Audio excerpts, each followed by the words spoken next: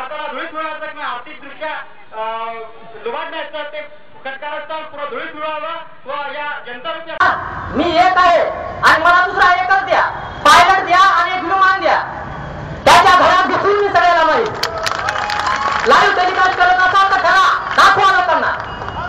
असे लोक आहेत. मी अजमल पिता अमीर कसाबे राहणार पाकिस्तान ह्या मरेपर्यंत फाशी अशी शिक्षा घोषित करतो. तत्पूर्वी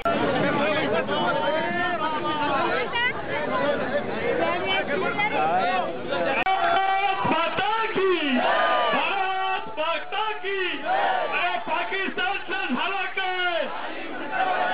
या पाकिस्तानचं झालं काय? भारत माता की